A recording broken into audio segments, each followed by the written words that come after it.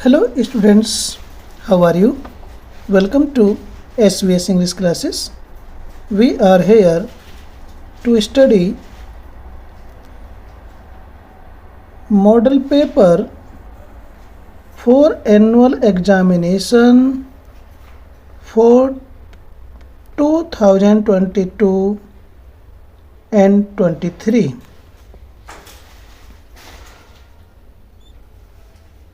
Subject English,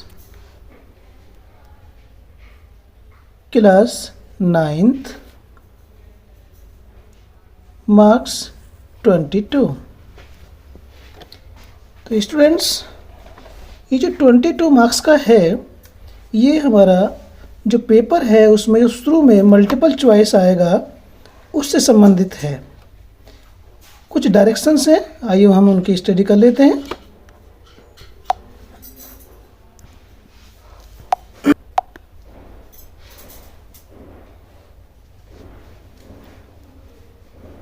note, first point है, this question paper is divided into 2 sections. ये जो question paper है हमारा 2 खंडों में बटा हुआ है। नेक्स्ट पॉइंट है, section A contains multiple choice questions. जो सेक्शन ए है उसमें हमारे ये मल्टीपल चॉइस क्वेश्चंस दिए हुए हैं 20 नंबर के। Third point, section B contains descriptive type questions. जो सेक्शन बी है उसमें डिस्क्रिप्टिव कहते हैं वर्णनात्मक, बड़े बड़े प्रश्न हैं, मल्टीपल चॉइस क्वेश्चंस उसमें नहीं है, एक शब्द वाले क्वेश्चन नहीं है। नेक्स्ट पॉइंट है, four all questions are compulsory. जो क्वेश्चन पेपर में क्वेश्चंस हैं वो सारे अनिवार्य हैं।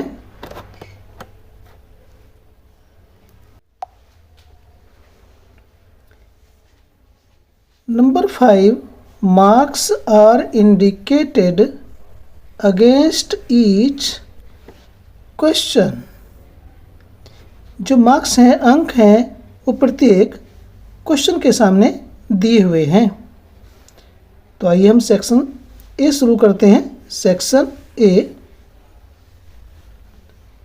जिसमें हमारे 20 मल्टीपल चॉइस क्वेश्चंस दिए हुए हैं। क्वेश्चन है 1 से 3 इसमें है। Read the following passage carefully. Following passage, निम्नांकित गद्य अवतरण को, पैराग्राफ को केयरफुली सावधानीपूर्वक पढ़िए एंड आंसर द क्वेश्चंस, और प्रश्नों के उत्तर दीजिए दैट फॉलो, जो नीचे दिए गए हैं। चूजिंग द करेक्ट ऑप्शन, सही ऑप्शन को चुन करके नीचे दिए गए प्रश्नों के उत्तर देने हैं। पहले तो पैराग्राफ को पढ़ेंगे और फिर नीचे दिए गए जो क्वेश्चंस हैं उनके करेक्ट ऑप्शन, सही विकल्प को चुन करके हमें OMR शीट में भरना है। यहाँ पर केवल टिक लगाने की ही व्यवस्था की गई है।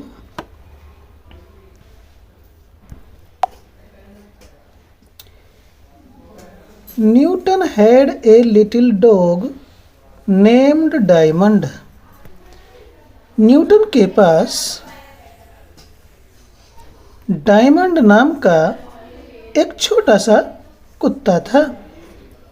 One day when Newton was 50 years of age, एक दिन जब न्यूटन 50 वर्ष का हुआ तो ही was working on some problem, तो वह किसी समस्या पर कार्य कर रहा था। एंड आफ्टर ए वाइल, और कुछ समय के पश्चात आउट ऑफ हिज रूम, वह अपने कमरे से बाहर चला गया। The little dog was asleep in the room near the fire. The little dog, छोटा कुत्ता, वाज एस्लीप, सोया हुआ था, इन द रूम, कमरे के अंदर, नियर द फायर, आग के निकट। A heap of written papers containing the labors of 20 years lay on the table.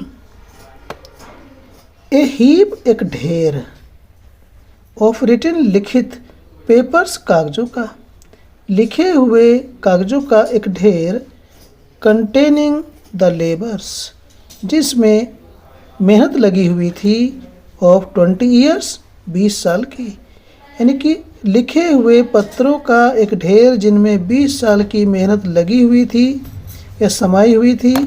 ले ऑन द टेबल, मेज पर रखे हुए थे।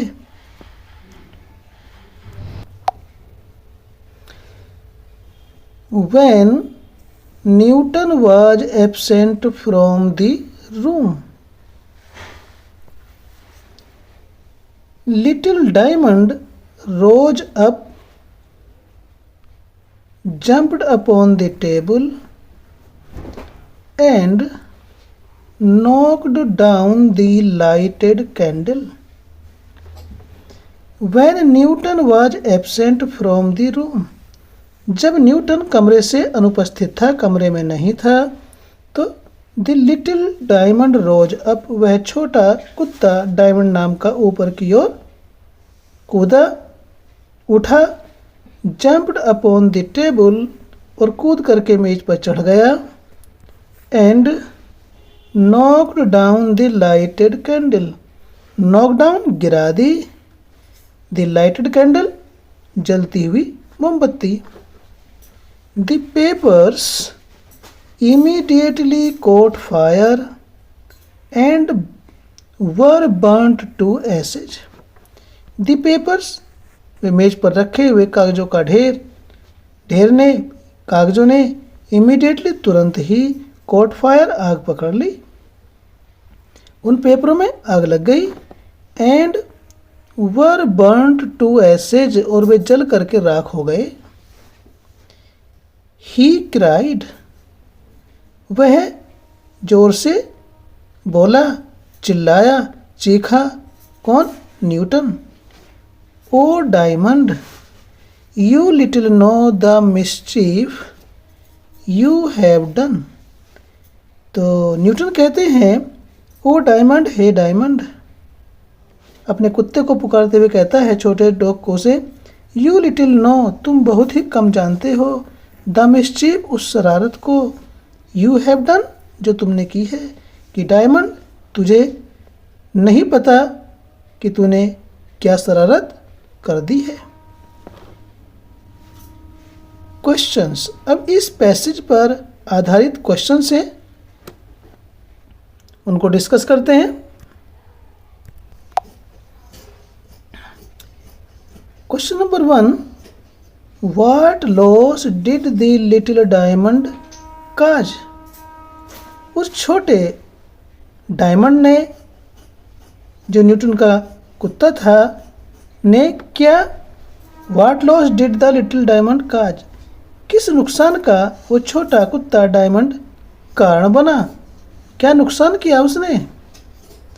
ए, the written papers fell lying on the table, मेज पर रखे हुए लिखित पेपर नीचे गिर गए थे। B, the lighted candle was knocked down, जलती हुई मोमबत्ती को नीचे गिरा दिया गया। सी, द रिटर्न, ये WRITTEN, return,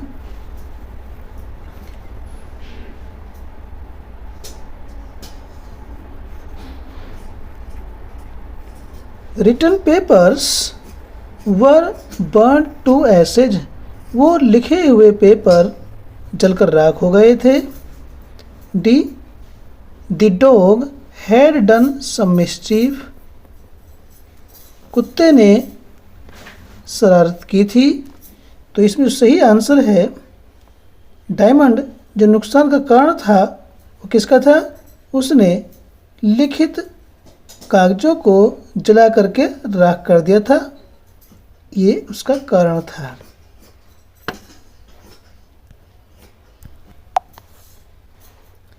question number 2, who gave the laws of motion, गति का नियम किसने दिया। ए आइंस्टाइन ने, बी न्यूटन ने, सी जेसी बॉस ने, D none of the above, इन तीनों में से किसी ने भी नहीं। तो स्टूडेंट्स जो सही आंसर है वो है बी न्यूटन।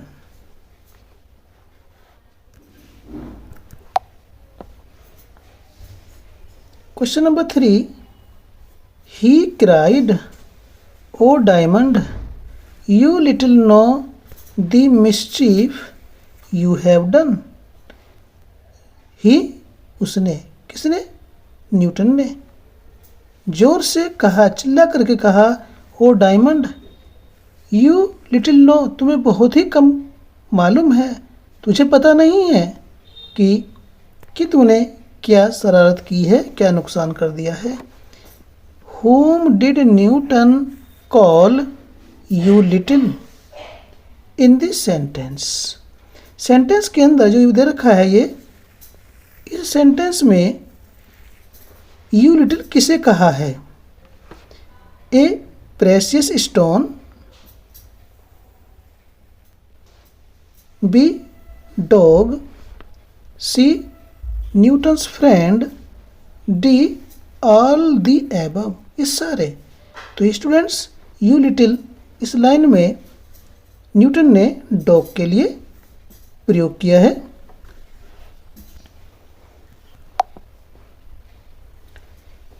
ये क्वेश्चन नंबर 4 से 8 तक ग्रामर पर आधारित है, ग्रामर बेस्ड है। डायरेक्शन पढ़ते हैं, हमें डायरेक्शन की भी सही प्रकार से मीनिंग मालूम होनी चाहिए, हमें उसको सेंस करना चाहिए। Choose the correct option to answer the following. Choose में चुनिए, द करेक्ट ऑप्शन सही विकल्प, टू आंसर उत्तर देने के लिए, द फॉलोइंग निम्नांकित क्वेश्चंस का। नंबर 4 है हेल्थ इज वेल्थ। इस सेंटेंस में हेल्थ इज, हेल्थ है, ए प्रॉपर नाउन है हेल्थ, बी एब्स्ट्रैक्ट नाउन है, सी मैटेरियल नाउन है, डी कॉमन नाउन है। तो इसमें सही ऑप्शन है एब्स्ट्रैक्ट नाउन। ठीक है स्टूडेंट्स, क्योंकि हेल्थ हमें महसूस होती है, कितना भी मोटा आदमी हो वह स्वस्थ होगा नहीं कह सकते, तो इसलिए हेल्थ जो है एब्स्ट्रैक्ट नाउन है जो हमें फील होती है। ठीक है,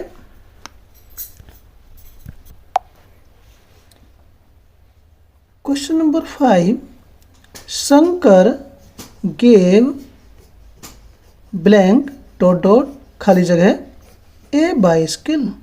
शंकर ने दी एक साइकिल।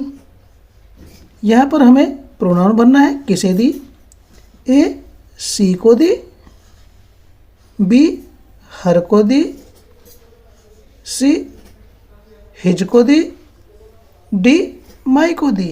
तो स्टूडेंट्स ध्यान दें कि जो स्पेस यहाँ पर छुटा हुआ है मेन वर्ब के बाद में, ये ऑब्जेक्ट का है।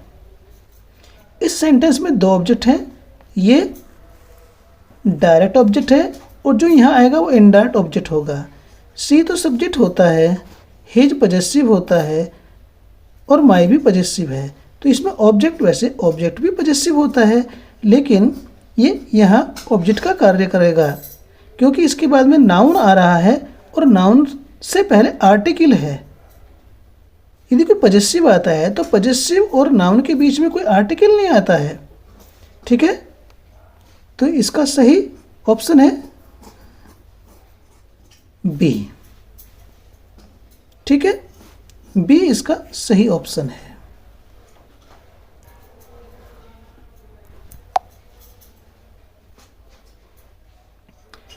नंबर 6, माई फ्रेंड रीड्स इन खाली जगह है यूनिवर्सिटी।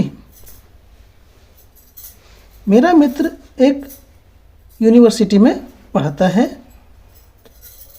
ए, इसमें आर्टिकल ए आएगा, बी आर्टिकल एन आएगा, सी आर्टिकल दी आएगा, डी नन ऑफ देम, इनमें से कोई नहीं आएगा। तो स्टूडेंट्स हम देखते हैं कि ये हमारा जो यूनिवर्सिटी वर्ड है ये वोवेल से शुरू हो रहा है, और वोवेल से शुरू जो नाउन होते हैं उनसे पहले एन आता है, लेकिन यहाँ ये जो वर्ड है वोवेल से जरूर शुरू हो रहा है, लेकिन इसकी साउंड वोवेल की नहीं है। इसकी साउंड जो है वोवेल की नहीं है, इसकी साउंड है कॉन्जोनेंट की।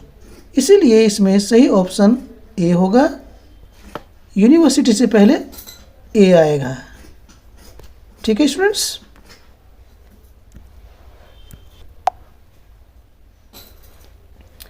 नंबर 7, इंडिया इज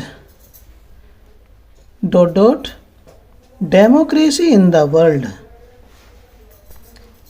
इंडिया दुनिया में प्रजातंत्र है। यहाँ पर भरना है, हमें ऑप्शन देखना है। ए वेरी लार्ज, बहुत बड़ा, बी दी लार्जेस्ट, सबसे अधिक बड़ा, सी अधिक बड़ा, डी लार्जेस्ट, सबसे बड़ा। अब देखिए ये भी लार्जेस्ट है और यहाँ पर भी लार्जेस्ट है, तो ध्यान देंगे स्टूडेंट्स, दोनों लार्जेस्ट हैं, लेकिन सही ऑप्शन इन दो में से कौन सा है ये तो है ही नहीं। इन दो में से कौन सा है? एडजेक्टिव की सुपरलेटिव डिग्री से पहले आर्टिकल दी आता है, तो इसलिए इसका सही ऑप्शन है B.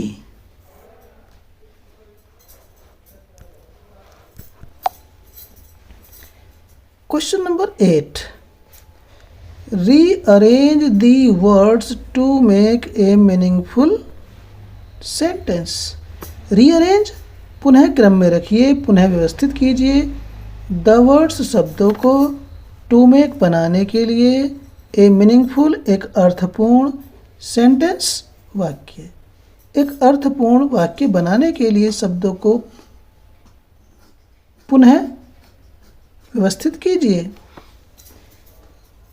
Nature, poets, lovers of are, इन 5 शब्दों को क्रम से रखना है। एक सेंटेंस को लिखने का ढांचा होता है, एक सेंटेंस असर्टिव होता है, इंटरोगेटिव होता है, इंपेरेटिव होता है, एक्सक्लेमेटरी होता है, ऑप्टेटिव होता है। तो इनको लिखने का एक ढांचा होता है और निश्चित होता है, जिसे हम स्ट्रक्चर कहते हैं। तो आइए इसको रीअरेंज करते हैं। A nature are lovers of poets, B lovers of nature are poets, C poets are lovers of nature, D are of nature lovers poets. इसमें ये सब गलत लिखा हुआ है, ठीक है, ये मिस्टेक हो गई है। तो स्टूडेंट 4 ऑप्शन है, इनमें सही ऑप्शन है poets are lovers of nature, ये सही ऑप्शन है। देखिए पोएट्स ये सब्जेक्ट हुआ, कवि आर होते हैं, लवर्स प्रेमी, ऑफ के नेचर प्रकृति के। ये सेंटेंस सही स्ट्रक्चर में रखा हुआ है, बाकी तीनों सेंटेंस सही स्ट्रक्चर में नहीं है।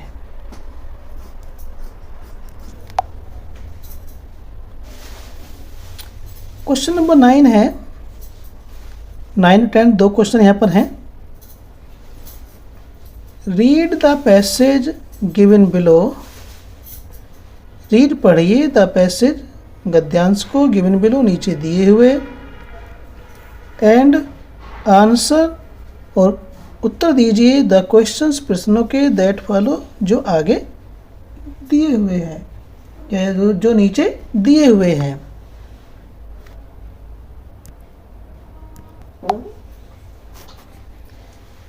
When the Nazis came to power in Germany in 1933, जब जर्मनी में नाजी पार्टी सत्ता में आई इन 1933, जब 1933 ईस्वी में जर्मनी में नाजी पार्टी सत्ता में आई तो Einstein emigrated to the United States. तो जो आइंस्टाइन नाम के वैज्ञानिक थे वे वहाँ से यूनाइटेड स्टेट्स आ गए, अमेरिका के लिए उन्होंने प्रस्थान किया, यानी कि जर्मनी को छोड़ करके अमेरिका आ गए। 5 years later, the discovery of nuclear fission in Berlin had American physicists in an uproar. 5 years later, 5 वर्ष के पश्चात, the discovery of nuclear fission, परमाणु अपघटन के परमाणु विघटन की खोज ने इन बर्लिन में हेड अमेरिकन फिजिसिस्ट अमेरिकी भौतिक शास्त्रियों को इन एन अप्रोर हंगामे में डाल दिया, यानी कि वे परेशान हो गए। Many of them had fled from fascism, उनमें से बहुत से वैज्ञानिक फांसीवाद से भाग गए, क्योंकि जर्मनी में फांसीवाद था। जस्ट एज आइंस्टाइन हैड, जिस प्रकार से जर्मनी से आइंस्टाइन अमेरिका आ गए, उसी प्रकार से अन्य अमेरिकी जो भौतिक शास्त्री थे वे फासिज्म के डर से भाग करके आइंस्टाइन की तरह अमेरिका आ गए। And now they were afraid, और वे अब डरे हुए थे। The Nazis could build and use N atomic, ये डी नहीं है यहाँ पर, एन एटमिक बॉम्ब। वो जो अमेरिका के वैज्ञानिक थे आइंस्टाइन की तरह जर्मनी से इसलिए भाग आए थे क्योंकि वे डरे हुए थे कि नाजी पार्टी कुड बिल्ड बना सकती है एंड यूज और प्रयोग कर सकती है एन एटमिक बम, परमाणु बम का, कि नाजी पार्टी जो है क्योंकि उसको परमाणु विघटन की खोज उसने कर ली थी, अब वह परमाणु बम को बना करके उसका प्रयोग कर सकती है। नाजी पार्टी, इस बात का अमेरिका के वैज्ञानिकों को भय था। इस पर आधारित क्वेश्चन से उनको सॉल्व करते हैं।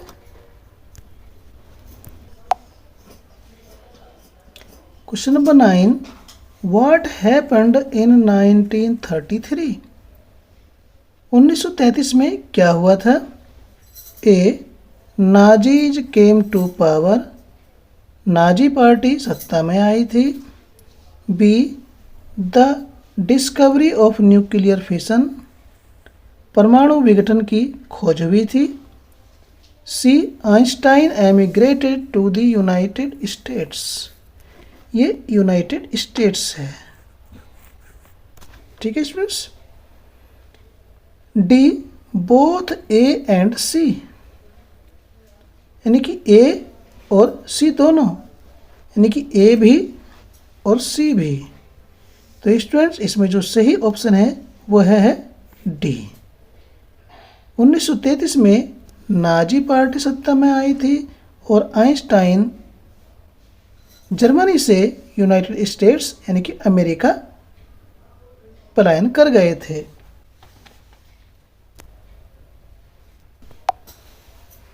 Number 10 question, the discovery of nuclear fission took place. परमाणु बम की खोज हुई कब हुई?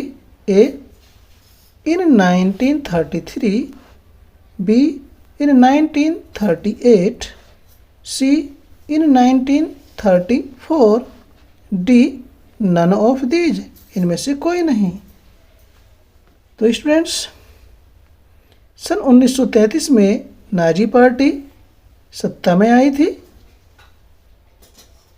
और आइंस्टाइन वहाँ से प्रवास करके अमेरिका आ गया था। तो ये तो सही नहीं है। बी इन 1938 यानी कि सत्ता में आने के 5 साल बाद जर्मनी के वासियों ने परमाणु विघटन की खोज कर ली थी। तो इसका सही आंसर है बी। ये भी नहीं है, ये तो है ही नहीं। तो इसका सही ऑप्शन है बी।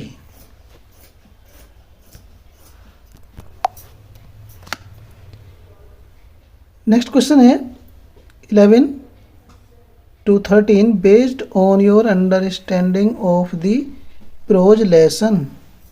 प्रोज के पाठों पर आधारित ये बोध प्रश्न है। अंडरस्टैंडिंग बोध प्रश्न। चूज द करेक्ट ऑप्शन, सही ऑप्शन को चुनिए।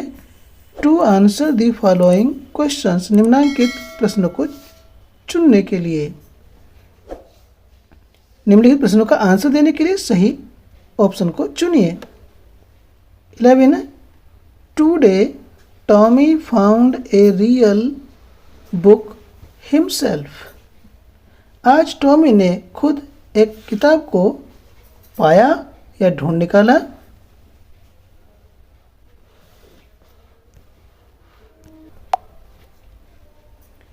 पहला ऑप्शन है ए मार्जी। किसने कहा? ये मार्जी ने कहा।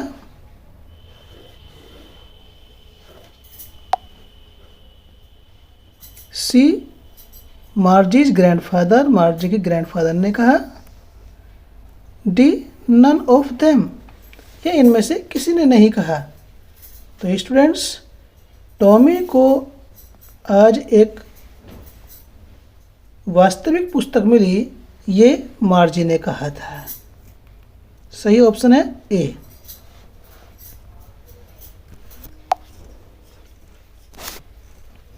Question number 12, Evelyn Glennie's loss of dot dot had been gradual. Evelyn Glennie का जो नुकसान था, हानि था, वो धीरे धीरे हुई, निरंतर हुई। किस चीज़ में हुई? किस चीज़ का लॉस हुआ? ए सिंगिंग का, गाने का। बी हियरिंग, सुनने का। सी डांसिंग, नाचने का। डी लर्निंग, सीखने का।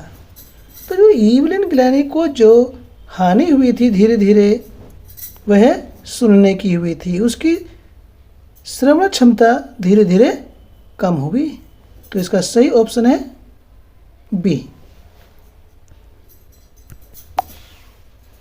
13 है Kezia wanted to present his father dot dot for gift. Kezia अपने पिता को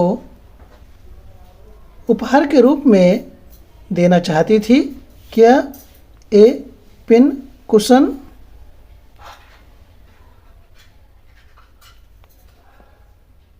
ये ION है cushion. B watch. C toy.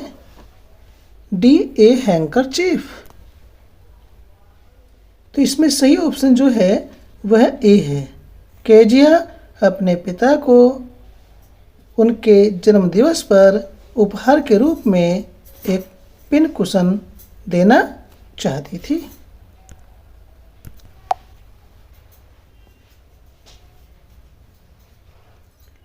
Question number 14।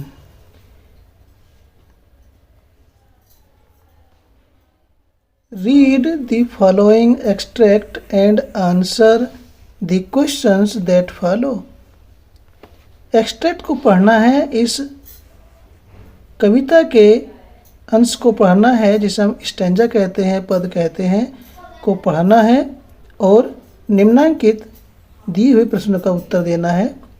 Frail crumbling houses, crumbling doors, crumbling rafters. Frail crumbling houses, कमज़ोर घरों को ढाती हुई, यानी पोएट हवा से कहता है कि हवा किस प्रकार से निर्दयी है कि वह कमज़ोर घरों को ढा देती है। क्रम्बलिंग डोर्स, कमज़ोर दरवाज़ों को तोड़ देती है या उखाड़ फेंकती है। क्रम्बलिंग रैफ्टर्स, और कड़ियों को तोड़ देती है। क्रम्बलिंग वुड, लकड़ी को तोड़ देती है। क्रम्बलिंग बॉडीज, शरीर को बिखेर देती है या तोड़ देती है। क्रम्बलिंग लाइव्स, जीवन को बिखेर देती है। क्रम्बलिंग हार्ट्स, हृदयों को तोड़ देती है। हवा इतनी निर्दयी और बेरहम होती है।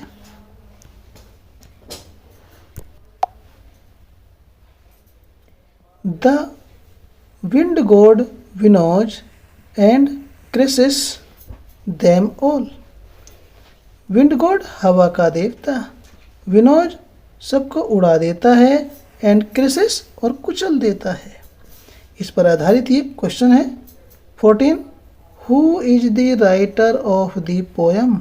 इस पोएम का राइटर कौन है? A Robert Frost, B Subramania Bharati, C W.B. ईस्ट, D कोर्स्किने।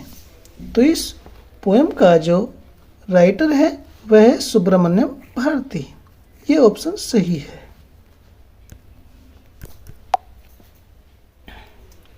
Question number 15। Which word is used 7 times. किस शब्द को 7 बार प्रयोग किया गया है? आइए हम इसको, यदि हम स्टैंजा में गिनते हैं तो कौन कौन से वर्ड्स हैं? ए क्रम्बलिंग 7 बार आया है, बी लाइव्स 7 बार आया है, सी विंड 7 बार आया है, डी वुड 7 बार आया है। तो स्टूडेंट्स यदि हम स्टैंजा को पढ़ते हैं, उसमें ये वर्ड्स को काउंट करते हैं, तो क्रम्बलिंग ऐसा वर्ड है जो 7 बार आया है।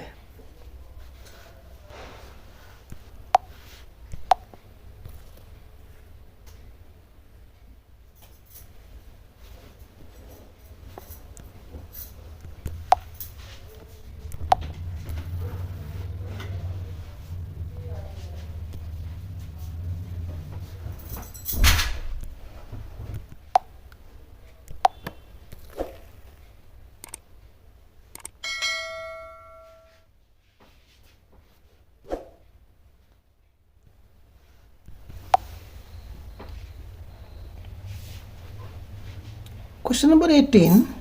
R.K. Lakshman is the writer of the story. R.K. Lakshman किस कहानी के राइटर हैं?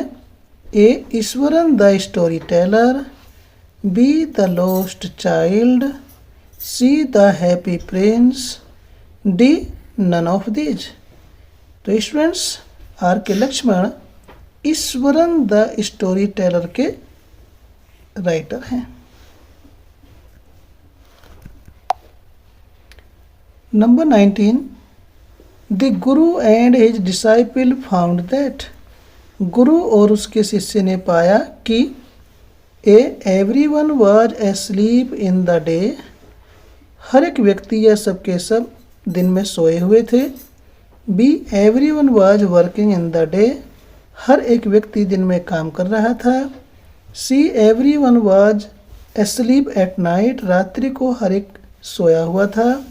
D everyone was moving about in the hot sun, हर एक व्यक्ति धूप में, तेज धूप में इधर उधर घूम रहा था। तो सही ऑप्शन है स्टूडेंट्स में everyone was asleep, everyone was asleep in the day. उस मूर्ख राजा ने ये आदेश दिया था कि हर एक व्यक्ति दिन में तो सोएगा और रात को काम करेगा, तो इसका ये सही ऑप्शन है।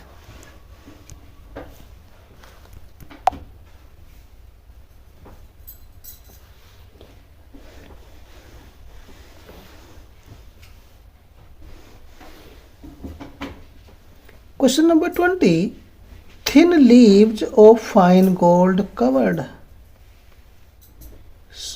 शुद्ध सोने का पत्थर, पतला पत्थर कवर्ड ढका हुआ था, यानी कि शुद्ध सोने का पत्थर चढ़ा हुआ था। A statue of the happy prince, happy prince के बुत पर। बी द स्वेलो, स्वेलो के ऊपर। C the little boy of the seamstress, दर्जन के सिलाई करने वाले के छोटे लड़के के ऊपर। डी ऑल द एबव, इन तीनों ए बी सी तीनों पर। तो सही ऑप्शन है स्टूडेंट्स में the statue of the happy Prince, उस पर सारे पर शुद्ध सोने का पत्थर चढ़ा हुआ था। तो ये था स्टूडेंट्स हमारा 20 मार्क्स का पेपर अच्छा लगा तो लाइक कीजिए। चैनल पर पहली बार आए हैं तो प्लीज़ चैनल को सब्सक्राइब भी कीजिए। Thanks for watching the video the end.